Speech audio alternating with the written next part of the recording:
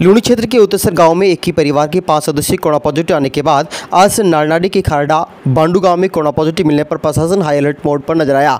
आज सुबह doctor S N medical college की रिपोर्ट में खारडा बांडू 42 वर्षीय युवक कोरोना पॉजिटिव रिपोर्ट आने के बाद प्रशासन ने तुरंत मौके पर पहुंचा और वहीं कोरोना संक्रमित को एम्बुलेंस द्वारा कोविड-19 केयर सेंटर बोरनाडा में भेजा गया। कोरोना पॉजिटिव आया युवक दिल्ली से करीब 23 दिन पूर्व आया था, जो कि 20 दिन तक क्वारंटाइन पर था, जो 3 दिन पूर्व ही घर पर आया था, जिसे पहले रिपोर्ट नेगेटिव आई थी, लेकिन अब पॉजिटिव आने के बाद प्रशासन की सांसें फूल गई। पुलिस प्रशासन ने गांव की सीमाओं को सील कर दिया गया है। वहीं मौके पर बोरनाडा थानाधिकारी सुनील चांद, पटवारी भगवान राम पटेल, ग्राम विकास अधिकारी भरत सिंह राजपुरोहित सहित अन्य अधिकारी मौके पर पहुंचे। वहीं चिकित्सा विभाग द्वारा स्क्रीनिंग का संदिग्ध लोगों के नमूने लेकर जांच की जाएगी। गांव में कोरोना के पॉजिटिव मिलने के बाद पूरा गांव सहमा हुआ है। गांव में चारों ओर सन्नाटा पसरा है। वहीं गांव में किसी को बाहर जाने की अनुमति नहीं है। आसपास के गांवों के लोग अपने स्तर पर रास्ते बंद करने लगे हुए हैं।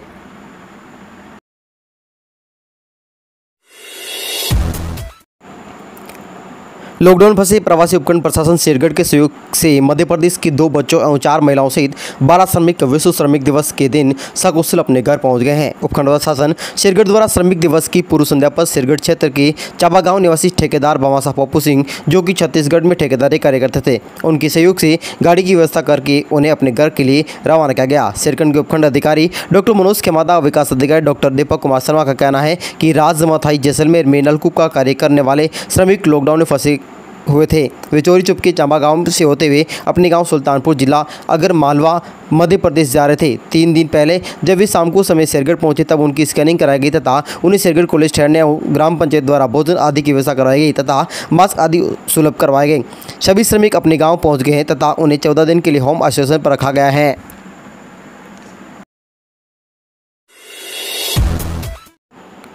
लूणी क्षेत्र में जहां कोरोना का प्रकोप चरम पर है, तो वहीं लॉकडाउन की जमकर धज्जियां उड़ रही हैं। ऐसे में कोरोना महामारी पर अंकुश लगता नजर नहीं आ रहा है। ऐसा कि दृश्य आज से बोरनाडा गांव की सहकारी समिति की राशन दुकान पर महिलाओं व लोगों की भारी भीड़ राशन लेने के लिए नजर आ रही थी, जहां पर किसी प्रकार का कोई सोशल डिस्टेंसिंग सहित अन्य नियमों की कोई पालना नहीं हो रही थी। वहीं इसी सहकारी समिति से मात्र 5 किलोमीटर दूरी पर दोनों और सुबह ही खारडा भांडू व आशापूर्णा सिटी में कोरोना पॉजिटिव मिले थे। फिर भी प्रशासन और पुलिस किसी प्रकार की सख्ती नजर नहीं आ रही है।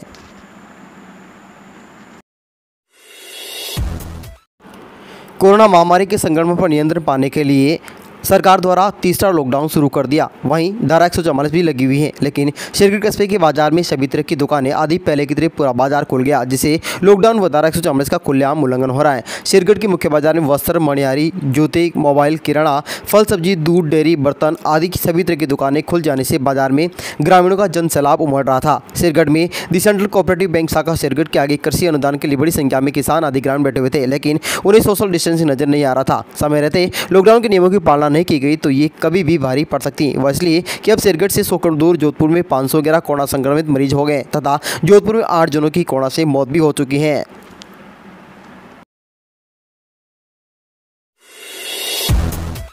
फतेहसागर स्थित सदगुरु कबीर आश्रम में आश्रम के प्रथम महंत राम साहेब की 193वीं वर्षीय कोरोना महामारी कारण लॉकडाउन के दौरान सरकारी निर्देशों का पालन करते हुए आश्रम के परिवारजनों द्वारा श्रद्धापूर्वक मनाई गई। आश्रम के उत्तराधिकारी संत राजेंद्र दास साहेब ने बताया कि आश्रम की 8वें महंत प्रहलाद दास साहेब की सानिध्य में जीवित समाधि लेने वाले राम साहेब की बरसी के उपलक्ष्य में विधिवत समाधि पूजन, आरती और सत्संग के पश्चात सूक्ष्म प्रसादी के रूप में भोजन बनाया गया। तत्पश्चात भोग लगाकर आश्रम के परिवारजनों को प्रसादी ग्रहण करवाई गई।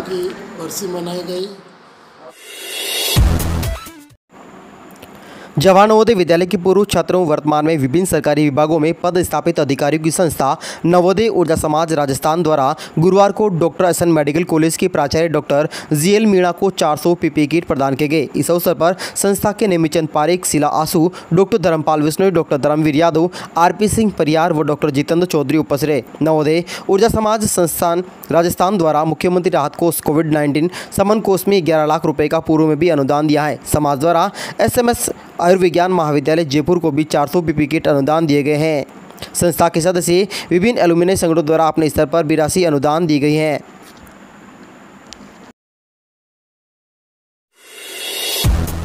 चिकित्सा स्वास्थ्य मंत्री डॉक्टर रघु शर्मा ने कहा कि राज्य के बाहर से आने वाले अप्रवासी राजस्थानी और अप्रवासी श्रमिकों को 14 दिन का क्वारंटाइन पीरियड का कड़ाई से पालन करना होगा। किसी भी कीमत पर क्वारंटाइन में लापरवाही बर्दाश्त नहीं की जाएगी। डॉक्टर शर्मा ने बताया कि देश के बाहर रहने वाले लगभग 10 लाख लोगों ने राजस्थान में आने के लिए सरकार द्वारा जारी नंबर और पोर्टल के जरिए पंजीयन कराया है।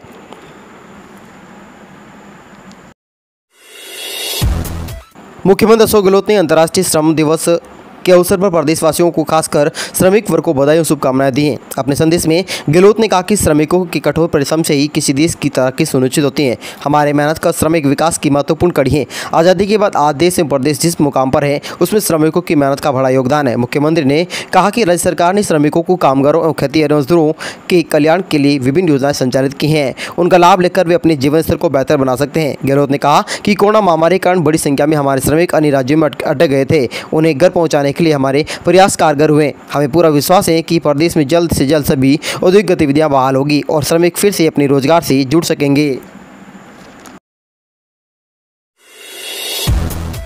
Institute of company secretaries of India ने कोविड-19 के कारण बनी वर्तमान परिस्थितियों पर विचार करने के बाद CS foundation executive professional programme और पोस्ट सदस्य योग्यता जून 2020 सेशन की परीक्षाएं जो 1 जून 2020 से 10 जून 2020 के बीच होनी थी उनको स्थगित करने का फैसला किया है। ये निर्णय लिया गया है कि उक्त सेशन की परीक्षाएं अब 6 जुलाई 2020 से शुरू होगी, जिसका संशोधित कार्यक्रम जल्द ही घोषित किया जाएगा। जोधपुर चैप्टर के अध्यक्ष धीरेन्द्र शर्मा ने बताया कि ऐसे विद्यार्थी जिन्होंने जून 2020 सत्र की परीक्षा के लिए फॉर्म भर दिया है उन्हें मॉड्यूल में एग्जाम सेंटर में अथवा माध्यम में बदलाव करने का अवसर 5 जून तक संस्थान की वेबसाइट पर उपलब्ध करवाया जाएगा।